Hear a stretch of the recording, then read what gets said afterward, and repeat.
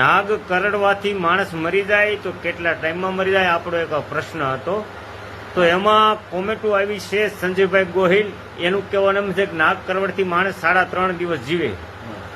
નયન વાઘાણી, એનું કહેવાનું એમ થાય છે કે 3 દિવસ નાગ કરડીએ પછી માણસ જીવે જ. રસિક પી ઘોડકીયા 3.5 દિવસનું એ પણ કહે છે. અશોક ભુજ એ પણ એવું કહે છે કે 3.5 દિવસ નાગ કરડ્યા પછી માણસ જીવે, એને ઘણી વખત જીવતો હળગાવી દેવામાં આવે છે.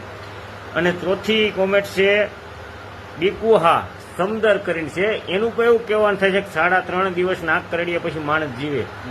તો વાત એ છે કે આપણે ઘણી બધી વખત એવું કરી છે કે નાગ કરડે અને માણસ ઘેનમાં વહી ગયો હોય કોમામાં, એને ઘણા બધા જીવતા સળગાવી દે છે. આવા દાખલા ઘણા બનેલા છે. પણ મિત્રો સાચી વાત એ છે, નાગ કરડ્યા પછી માણસ કોમામાં 3.5 દિવસ પડ્યો રહે, એનું હૃદય બંધ હોય, એને ડોક્ટરે જાહેર કરી દે કે આ મરેલો છે માણસ.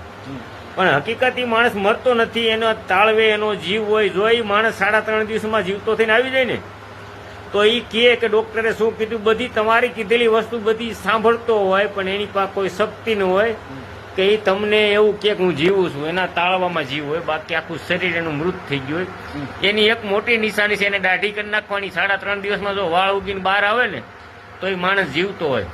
અને નોખી પ્રાંતમાં નોખી માન્યતા હોય. આદિવાસી આવે છે ભરૂચ જિલ્લાના ભીલા, એ લોકોની એવી માન્યતા કે નાગ કરડે ને એટલે ભાઠીજીના મંદિરની અંદર માણસને પૂરી દે અને બાયણું બંધ કરીને બહાર ઢોલ ને નગાડા 3.5 દિવસથી વગાડે. એમાં 70% માણસો જીવતા થઈને બહાર આવતા રહે.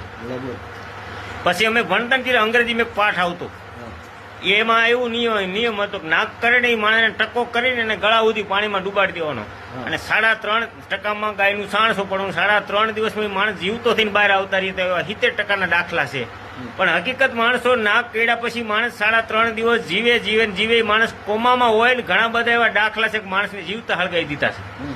એને યોગ્ય સારવાર કરી, કદાચ સારવાર ન કરી હોય ને તો એને બાળવાની ઉતાવળ ન કરવી. નાગ કરડેલો માણસ 3.5 દિવસ કોમામાં જીવતો હોય, પછી નાગ ગમે એટલો ઝેરી હોય તો શું થઈ ગયું, ઝેર હૃદયમાં જવાથી માણસ મરતો નથી પણ હૃદય બંધ થઈ જાય છે, એનો જીવ તાળવે વહી જાય છે. આના ઉપર લોકો કોમેન્ટ કરજો, મારો પ્રશ્ન જો સાચો હોય તો. એક જાણીતી માહિતીની જાણ કરવા માટે એક લાંબો વિડીયો બનાવેલો છે, શેર કરજો.